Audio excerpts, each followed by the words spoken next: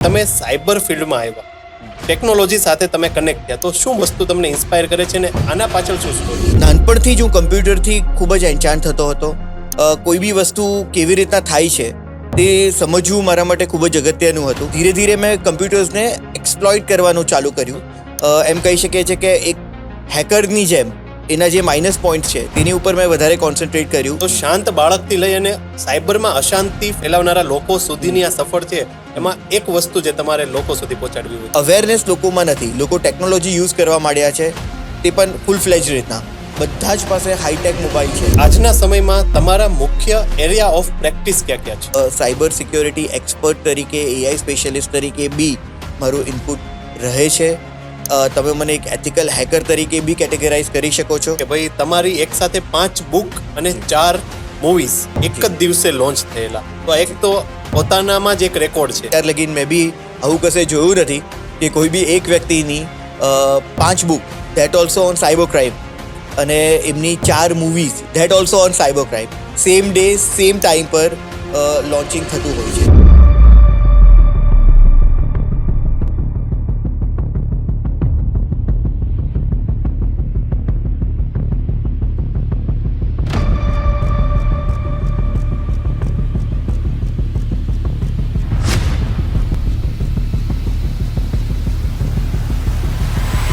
મને એમ કહો, આપણે તમારા બાળપણથી લઈ અને લગ્ન સુધીની વાત તો કરી કે ફેમિલી મેમ્બર સાથે શું બોન્ડિંગ છે, કેવી રીતે તમને હેલ્પફુલ થાય છે એ લોકો, પણ મને એમ કહો કે તમે સાયબર ફિલ્ડમાં આવ્યા, ટેકનોલોજી સાથે તમે કનેક્ટ થયા, તો શું વસ્તુ તમને ઇન્સ્પાયર કરે છે ને આના પાછળ શું સ્ટોરી છે? વેલ, આપણે એમ કહી શકીએ છીએ કે સાયબર લો ના પાછળનો અગર બેઝ છે તો that are cyber crimes. Okay. અને સાયબર ક્રાઇમ્સ જે છે તેની બી એક અમારા, આપણે એમ કહી શકીએ છીએ કે મારી લાઈફની એક અલગ જ સ્ટોરી છે. કારણ કે જ્યારે હું સ્કૂલ ડેઝમાં હતો ત્યારે computer was just a machine. Okay. કમ્પ્યુટરથી શું થઈ શકે છે, આપણે શું શું કરી શકીએ છીએ તે વિશે લોકોને સમજ નહીં હતી. અને નાનપણથી જ હું કમ્પ્યુટરથી ખૂબ જ એન્ચાન્ટ થતો હતો. કોઈ બી વસ્તુ કેવી રીતના થાય છે તે સમજવું મારા માટે ખૂબ જ અગત્યનું હતું. ધીરે ધીરે મેં કમ્પ્યુટર્સને એક્સપ્લોઇટ કરવાનું ચાલુ કર્યું. એમ કહી શકીએ છીએ કે એક હેકરની જેમ એના જે માઇનસ પોઈન્ટ છે તેની ઉપર મેં વધારે કોન્સન્ટ્રેટ કર્યું. કારણ કે મારો જે મોટિવ હતો that was very clear and a good motive, કે કદાચ કાલ ઉઠીને કોઈકે આનું મિસયુઝ કર્યું તો લોકોને આપણે કેવી રીતે બચાવશું. સો એના માટે એને જાતે આપણે એક્સપ્લોઇટ કરીને એની વનરેબિલિટી શોધવું એ પણ ખૂબ જ અગત્યનું હતું.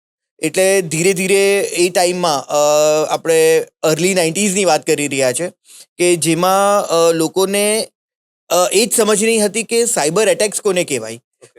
પાસવર્ડ ક્રેકિંગથી લઈને ડેટા ડિડલિંગ, પછી તમારું જે સોફ્ટવેર છે તેને ક્રેશ કરી દેવું, એ ટાઈમમાં ડિનાયલ ઓફ સર્વિસ એટેક્સ થતા હતા.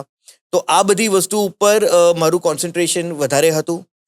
ધીરે ધીરે આપણે અર્લી 90sમાં જ, એટલે જેવો હું ટીનેજર થયો ત્યાં લગીન એમ કહી શકીએ છીએ કે હું એક I was a ethical hacker. અને સાથે સાથે ઇવન સાયબર સિક્યોરિટી એક્સપર્ટ તરીકે પણ મેં ઘણા બધા લોકોને બચાવ્યા છે. જે આપણી વાત થઈ છે કે પાસવર્ડ ક્રેકિંગથી લઈને ડેટા રિકવરીથી લઈને ડિનાયલ ઓફ સર્વિસ એટેક્સ ને આવા બધા સિચ્યુએશનમાં લોકોના ડેટા પાછા અપાવવા, એમને ગાઈડ કરવા. એ ટાઈમ પર એક લોટરી સ્કેમ કરીને ઘણી બધી નવી નવા ઇનિશિયેટિવને જે ક્રિમિનલ્સ કશે ને કશે લોકોને મેન્યુપ્યુલેટ કરવાનું શરૂ કરી રહ્યા હતા. બટ બિકોઝ કે ઇન્ટરનેટ એટલું ફૂલ ફ્લેજમાં ચાલુ નહીં હતું એટલે એના એક લિમિટેશન્સ હતા. તો આ બધી વસ્તુમાં મારું નાનું મોટું ઇનપુટ રહ્યું છે.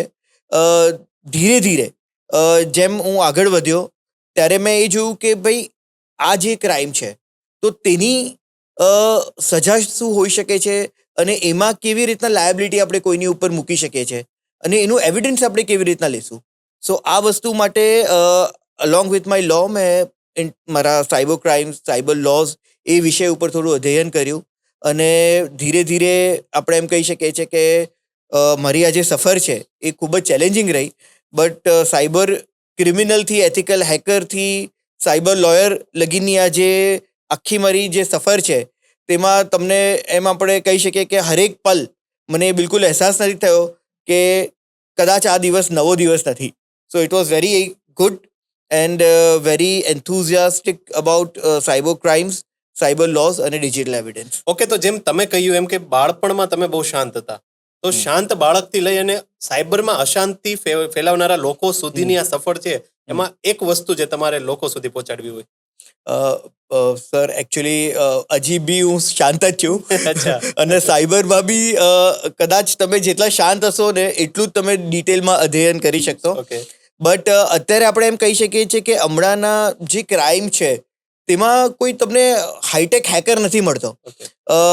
નોર્મલ લોકો હોય છે એ તમને તમારી જ પાસે તમારા ડેટા લે છે અને તમારી જ પાસે તમારા ઘરની ચાવી લે છે અલગ અલગ રસ્તાઓ અપનાવીને.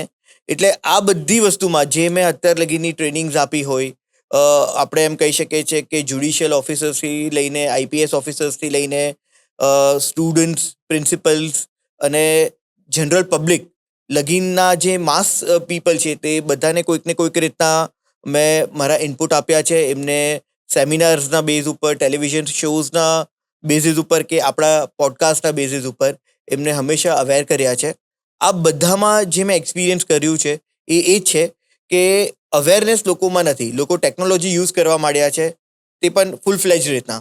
બધા જ પાસે હાઈટેક મોબાઈલ છે, બટ એનાથી અગર કાલે કદાચ કોઈ એને મિસયુઝ કરી દીધું તો એનાથી કેવી રીતના બચવું એ વસ્તુનું જ્ઞાન એમને હોવું જોઈએ. ને તેના માટેના જ આપણા જેવા જે પોડકાસ્ટના સેશન્સ હોય છે તે એમના માટે ખૂબ જ લાભદાયક રહે છે અને એમને કાલ ઉઠીને આપણે એમ કહી શકીએ છીએ કે કોઈ બહુ મોટી ક્રિમિનલ લાયબિલિટીથી બચાવી લે. સરસ. તો સ્નેહલભાઈ, એમ કહો કે આજના સમયમાં તમારા મુખ્ય એરિયા ઓફ પ્રેક્ટિસ ક્યાં ક્યાં છે? સર એકચ્યુઅલી જેમ આપણી હમણાં જ વાત થઈ મારા ફેમિલીના લેગેસીની, તો ફ્રેન્કલી રેવન્યુ લોઝ જે છે, રિયલ એસ્ટેટ કન્સલ્ટન્સી છે, એમાં પહેલેથી જ મારું ઇનપુટ રહ્યું છે. આ સાથે સ્ટેમ્પ ડ્યુટી, વેલ્યુએશન અને ટેક્સેશન, આ વસ્તુમાં પણ મારું કશે ને કશે ઇનપુટ પહેલેથી જ રહ્યું છે. Along with all this thing corporate laws આપણે લઈ લઈએ, ઇન્ટરનેશનલ સાયબર લોઝ છે, ડેટા પ્રોટેક્શન એક્ટ છે અને એઆઈ, કારણ કે AI is now no choice. Yes. So legally તો મારા આ બધા એસ્પેક્ટ છે જ કે જેમાં મારું નાનું મોટું ઇનપુટ રહી છે. Along with that cyber security expert તરીકે, એઆઈ સ્પેશિયલિસ્ટ તરીકે બી મારું ઇનપુટ રહે છે. તમે મને એક એથિકલ હેકર તરીકે બી કેટેગરાઇઝ કરી શકો છો. ઓકે. સો આ બધી જ વસ્તુ છે કે જેમાં પેરેલલી હું મારું નાનું મોટું ઇનપુટ આપું છું as a profession. Coming to my hobbies, તો એમાં આઈ એમ અ રાઇટર, એક્ટર, ડિરેક્ટર. સો આ બધી વસ્તુ જે છે તેમાં કશે ને કશે મારું જે સ્ટ્રેસ છે તે રિલીફ થઈ જતું હોય છે. સો આ બધી એરિયાઝ છે કે જેમાં મારું નાની મોટી એક્ટિવિટીઝ રહેતી હોય છે. ઓકે. તો હવે રાઇટર વાળી સ્કિલ ઉપર આવીએ તો તમે 6 બુકો લખેલી છે જી. અને 6 બુકમાંથી તમારા મતે તમારી બેસ્ટ બુક તમારે કદાચ એક આપવી હોય તો કઈ આપશો? સર, જે મારી 6 બુક્સ છે એકચ્યુઅલી મારા માટે બધી જ બેસ્ટ છે. Definitely. જે વોરફોર્સની આપણે વાત કરીએ તો Warforce is my first book. Okay. એ જે બુક છે તેનો બેઝ એ જ છે કે ક્યારે બી અવેરનેસ જે છે તે લોકોની લાઈફમાં ફર્સ્ટ સ્ટેપ હોય છે. હમણાં પણ આપણે આ જ વસ્તુની ચર્ચા કરી. સો આપણે એકબીજાને અવેર કરીને, એકબીજાને સાથ આપીને, પોલીસ ડિપાર્ટમેન્ટ હોય, પબ્લિક હોય કે લો એન્ફોર્સમેન્ટ એજન્સીઝ હોય, આ બધા એકબીજા સાથે કોર્ડિનેટ થવું જોઈએ અને સાયબર ક્રિમિનલની સામે એક લડત આપવી જોઈએ. ઓકે. આ વિષય ઉપર એક આખું અવેર કરતી જે બુક છે દેટ ઇઝ માય વોરફોર્સ, જે 2016માં Okay. પબ્લિશ થઈ હતી. નાઇસ. આમાં સર હું એક બીજી વસ્તુ બી કહીશ જી. કે મારું એક પેપર હતું જે ઇન્ટરનેશનલ કોન્ફરન્સમાં પબ્લિશ થયું હતું, which was Okay. On power of police. ઓહ.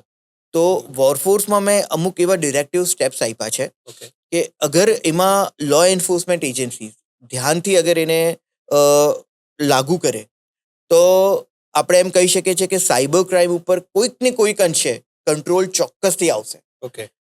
એ વસ્તુ શું છે તે જોવા માટે લોકોને બુક યુઝ કરવી પડશે, કારણ કે હું બિલકુલથી રાહ જોઉં છું, બટ હજી લગીને એ વસ્તુ કોઈ ઇમ્પ્લિમેન્ટ નથી કરી. ટૂંકમાં તમારા કહેવા મુજબ કે જે લોકો વિચારે છે કે એઆઈ ને કે પછી અમુક જે એજન્ટો જે ઓનલાઈન આવી રીતે ફ્રોડ કે સ્કેમ કરી રહ્યા છે એક કંટ્રોલેબલ નથી, તો તમારા હિસાબથી આ બુકમાં તમે જે એક્સપ્લેન કર્યું હિસાબથી મહદઅંશે એમને કંટ્રોલ કરવા પોસિબલ છે. જી, એમાં મેં આખા ડિરેક્શન્સ આપ્યા છે કે એમને આપણે કેવી રીતના કંટ્રોલ કરી શકીએ છીએ, લો એન્ફોર્સમેન્ટ એજન્સી. ઓકે. તો તે આખા direction is the last chapter of my book Warforce. તો આપની બીજી 2 બુક છે, એનું ટાઇટલ છે ડિક્રિપ્ટેડ ફાઇલ્સ અને સાયબર એજ. એના વિશે થોડું આઉટપુટ આપો. વેલ અત્યારે આપણે એમ કહી શકીએ છીએ કે આ જે ડિક્રિપ્ટેડ ફાઇલ છે, ફ્રેન્કલી ડિક્રિપ્ટેડ ફાઇલમાં મેં જે અત્યારે થતા સાયબર ક્રાઇમ્સ છે તેને એક સરળ ભાષામાં સ્ટોરી ફોર્મમાં પ્રસ્તુત કર્યા છે. ઓકે. આ બધાની સાથે જ્યારે બી આવા કોઈ ક્રાઇમ્સ થાય તો તેમાં ઇન્વેસ્ટિગેટિવ ટૂલ્સ કયા યુઝ કરવામાં આવતા હોય છે, ઇન્વેસ્ટિગેશન કેવી રીતના થાય છે, ફોરેન્સિક એનાલિસિસ કેવી રીતના થાય છે, લીગલી ડિજિટલ એવિડન્સ એનું કેવી રીતના લેવામાં આવે છે, અને આ બધાની સાથે એનું જે ક્રાઇમ સેક્શન ચાર્ટ છે, આ બધી વસ્તુ ડિક્રિપ્ટેડ ફાઇલમાં તો છે જ, પણ સાથે સાથે સાયબર એજ જે મારી બુક છે તેમાં બી આ વસ્તુ આપણે કોઈક ને કોઈક રીતના પ્રસ્થાપિત કરી દીધી છે. આ ઉપરાંત સાયબર એજની અગર આપણે વાત કરીએ તો એમાં આ જે ક્રાઇમ છે તે ન કેવલ સ્ટોરી ફોર્મમાં આપણે કરવામાં આવ્યા છે, પરંતુ આ બધાની સાથે there is a tool kit, જેને આપણે સાયબર સેફટી ટૂલ કિટ કહીએ છીએ, તો તે પણ આની અંદર મેન્શન છે. એટલે ડિક્રિપ્ટેડ ફાઇલ અને સાયબર એજ એ બધા જ સાયબર ક્રાઇમ સ્ટોરીઝ, જે real life cyber crime stories છે તેના પર આધારિત છે, પરંતુ આ બંને બુકનું જે રચના છે તે થોડીક અલગ છે. ઓકે. અને આ બધા જ વસ્તુમાં આના જેટલા બી ઇન્વેસ્ટિગેશન ટૂલ્સ, ફોરેન્સિક એનાલિસિસ જે આપણે વાત કરી, એના લીગલ એસ્પેક્ટ્સ, આ બધી જ વસ્તુ કવર કરી છે. અને કોઈક વ્યક્તિ આને અગર બેઝ લઈને ચાલશે તો બી કશે ને કશે એમને કેસ સોલ્વ કરવામાં બિલકુલથી હેલ્પફુલ જ થશે. ઓકે. સો લોકોને ના કેવલ આ બુક્સ એક નોલેજ આપશે, બટ એની સાથે સાથે એક આખો ઇન્વેસ્ટિગેશન પ્રોસેસ એનો કેવી રીતના થાય છે, લીગલ પ્રોસેસ કેવી રીતના થાય છે, તે વિષય ઉપર આપણે એમ કહી શકીએ છીએ કે ડીપ ડિરેક્શન જે છે તે આ બુકથી એમને મળી છે. હવે આપણે ચર્ચા કરીએ તમારી નેક્સ્ટ બુક, એનું નામ જ એટલું ઇન્ટરેસ્ટિંગ છે, ડિજિટલ પ્રોસિક્યુટર. આના ઉપર બે શબ્દ. ડિજિટલ પ્રોસિક્યુટર જે મારી બુક છે, આપણે જે હમણાં વાત કરી ડિક્રિપ્ટેડ ફાઇલ અને સાયબર એજ, સાયબર એજ. તો આ જે બુક છે તે રિયલ લાઈફ કેસીસ ઉપર આધારિત છે. જ્યારે ડિજિટલ પ્રોસિક્યુટર આપણે એમ કહી શકીએ છીએ કે ફ્યુચરિસ્ટિક છે. એમાં it is not a common person story. Practically એ એક કોર્ટરૂમ ડ્રામા છે. એટલે કોઈ બી જે ક્રાઇમ થાય તેનું જે લીગલ સિનેરિયો છે તેની જે સ્ટોરીઝ છે તે આપણે ડિજિટલ પ્રોસિક્યુટરમાં લઈ લીધી છે. ફ્રેન્કલી અત્યારે અગર તમે કોર્ટમાં જોતા હશો તો બધી કોર્ટમાં કશે ને કશે અપડેશન આવી ગયું છે. Yes. ધીરે ધીરે હજી અપડેશન આવશે કે જેમાં તમે એ જોઈ શકશો ઘણી બધી એવી કોર્ટ્સ ઇન્ડિયામાં ઓલરેડી એક્ટિવ થઈ ચૂકી છે. જેમ ઇન્ટરનેશનલી આપણે જોઈએ છે તેમ રિમોટલી તમે વિટનેસ પાસે બિલકુલથી એમના સ્ટેટમેન્ટ લઈ શકશો. જે બી વસ્તુ છે તે વિડીયોગ્રાફી થ્રુ થશે, અને કશે ને કશે જે કોર્ટ રૂમની અંદરનો સિનેરિયો છે એ બધો બી હાઈટેક અને ડિજિટલાઇઝ થઈ જશે. અને આ વસ્તુ અત્યારે થવાની શરૂ થઈ ગઈ છે. તો જ્યારે આ વસ્તુ થશે ત્યારે કોર્ટમાં કેવી રીતના ક્રાઇમ થશે, જેમ જેમ આપણું એઆઈની ઉપર ડિપેન્ડન્સી વધી ગઈ છે તો તેવી રીતના આપણે વધારે ને વધારે એક્સપોઝ થઈએ છીએ એઆઈ રિલેટેડના લીગલ ક્રાઇમ્સ માટે બી આપણે તૈયાર થવું જોઈએ. સો કેવા ક્રાઇમ થશે અને કેવી પોસિબિલિટી રહેશે તેના બેઝિસ ઉપર એક ફ્યુચરિસ્ટિક બુક છે વિચ ઇઝ ડિજિટલ પ્રોસિક્યુટર. અને ઇટ ઇઝ કાઇન્ડ ઓફ આપણે એમ કહી શકીએ છીએ કે આ મારી ફેવરેટ બુક તરીકે આપણે બિલકુલથી કહી શકશું, કારણ કે એમાં જે બી પોસિબિલિટીઝ છે તે ફ્યુચરમાં નહીં થાય તેના માટે તમને એ બુક બિલકુલથી રીડ કરવી પડશે. તો જેમ શરૂઆતમાં કહ્યું એમ કે તમને પ્રથમ સાયબર લોયર તરીકેની પદવી કે ખિતાબ મળ્યો, તો એની પાછળની સ્ટોરી શું છે? ફ્રેન્કલી જ્યારે બી મારું આટલા વર્ષનું આજે ઇનપુટ રહ્યું છે સાયબર ક્રાઇમની ફિલ્ડમાં, તેમાં એક ઇનિશિયલ ફેઝ જે મારો હતો ત્યારે જેમ આપણી વાત થઈ કે ઇટ વોઝ લાઈક અર્લી 90sનો ફેઝ હતો જ્યારથી મેં મારું વર્ક કરવાનું શરૂ કર્યું હતું. ધીરે ધીરે મેં મારું લો કર્યું અને લોમાં જ મેં મારું એમકોમ એલએલબી પણ સાથે કર્યું હતું. હવે એ ટાઈમ પર આપણે જે સાયબર ક્રાઇમ છે તે બહુ નવો સબ્જેક્ટ હતો અને અર્લી 2000sમાં અગર આપણે આવીએ તો જે આપણા અત્યારે માનનીય પ્રધાનમંત્રી શ્રી છે, શ્રી નરેન્દ્ર મોદી સર, એ સમયે ગુજરાતના સીએમ હતા અને એમના ડિરેક્શનમાં એક બુક બની હતી વિચ વોઝ નોન ટુ બી પથ પ્રદર્શિત પ્રતિમા. તો એમાં મને ત્યાં એક મારું મેન્શન કરવામાં આવ્યું હતું as a first cyber lawyer of Gujarat. So આ બધી વસ્તુ આપણે એમ કહી શકીએ છીએ કે એ સમયથી આ જે ટેગ છે તે બિલકુલથી મારા પર લાગી ગયો being the first cyber lawyer. ચાલો, તો જેવી રીતે આપે શેડ્યુલ જણાવ્યો આપનો કે બહુ વ્યસ્ત શેડ્યુલ હોય છે અને ઘરે પણ સમય નથી આપી શકતા, એ સમયે તમારા મિસિસ બધું બેલેન્સ કરી લે છે. જી. તો આ બધી પરિસ્થિતિઓ અને પ્રોફેશનલ વર્કલોડની સાથે જે એક્ટિંગ વાળી તમારી સ્કિલ છે કે શોખ છે, જે તમારા બીજા શોખ છે, એ બધું કેવી રીતે બેલેન્સ કરી લો છો? ફ્રેન્કલી રાઇટિંગ અને એક્ટિંગ એ મારો પહેલેથી શોખ રહ્યો છે. તો જ્યારે બી એકચ્યુઅલી આપણે એક સેઇંગ છે કે જનરલી કોઈની પાસે ટાઈમ હોતો જ નથી. જે આપણે બધા જ પોતાની લાઈફમાં ઓક્યુપાઈડ છે, બિઝી છે, અને અગર ફ્રી છે તો આપણે આરામ કરવાનું વધારે પ્રિફર કરશું. તો ટાઈમ કોઈની પાસે હોતો નથી, પણ ટાઈમ આપણે કાઢવો પડે છે. વક્ત હોતા નહીં હે, વક્ત નિકાલના પડતા હૈ. પડતા, yes. તો એવી રીતના જ કશે ને કશે આ જે હોબીઝ તરીકે અગર આપણે વાત કરીએ તો રાઇટિંગ અને એક્ટિંગ એ પહેલેથી જ મારું જે સ્ટ્રેસ છે તે ડાઉન કરી દે છે, મને રીએનર્જાઇઝ કરી દે છે.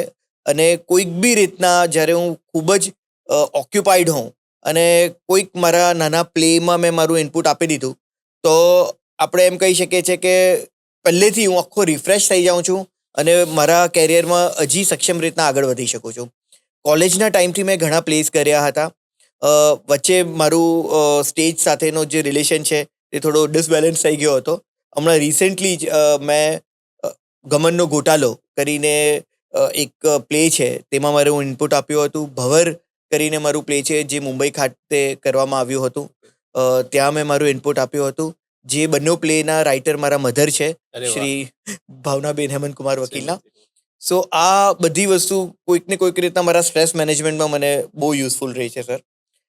આ બધાની સાથે રિસેન્ટલી મેં મારી 4 શોર્ટ ફિલ્મ્સ જે છે એ મેં અને મારી ટીમે in coordination of SPB English medium college of commerce, તેની સાથે અમે એક શોર્ટ ફિલ્મ્સ ડેવલપ કરી હતી. અને આ બધી જે સ્ટોરીઝ છે તે મારી બુક ડિક્રિપ્ટેડ ફાઇલ્સ અને સાયબર એજ ઉપરથી બિલકુલથી પ્રેરણા લઈને ક્રિએટ કરવામાં આવી છે. અને આ જે બુક્સ છે તેમાં જે એક્ટર્સ છે they are not a professional actors.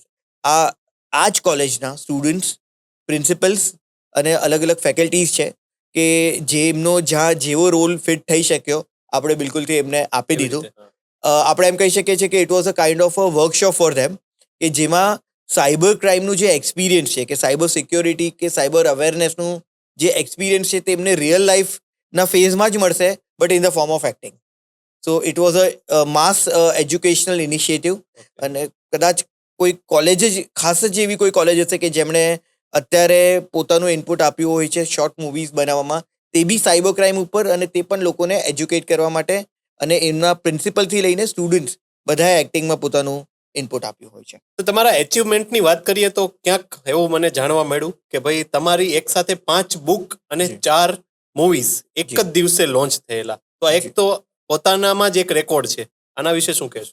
જી, આ તમારી બિલકુલ કરેક્ટ વાત છે સર. કારણ કે અત્યાર લગીન મેં બી આવું કશે જોયું નથી કે કોઈ બી એક વ્યક્તિની 5 book, that also on cyber crime, અને એમની 4 movies that also on cyber crime, same day same time પર લોન્ચિંગ થતું હોય છે. સો આ પોતે જ એક રેકોર્ડ છે. અને આ બધી વસ્તુ આપણે જાન્યુઆરી 2026માં એસપીબી કોલેજનો જે વર્કશોપ છે તેમાં મારી 5 બુક અને મારી 4 મૂવીઝ, આ બધાનું એક સાથે જ લોન્ચિંગ કરવામાં આવ્યું હતું. તો ભાઈ હમણાં સુધી તમે અહીંયા બેઠેલા છો, મતલબ બહુ ઇન્ટરેસ્ટિંગ સેશન આ જઈ રહ્યો છે. આગળ હજી બહુ બધી ચર્ચાઓ કરવાની છે, જે મેઇન મુદ્દા ઉપર આપણે આવશું: સાયબર ક્રાઇમ, સાયબર લો, સાયબર સિક્યોરિટી. અને એના માટે આપણે અહીંયા ગેસ્ટ તરીકે જે ભાઈ આવ્યા છે સ્નેહલભાઈ, એમની સાથે ઇન્ટરવ્યુ લેશે જીગાભાઈ. તમારા અને મારા પ્રિય જીગાભાઈ, દેશી લેંગ્વેજમાં એકદમ ઇન્ટરવ્યુ થવાનો છે, માટે નેક્સ્ટ એપિસોડ માટે જોડાયેલા રહેજો.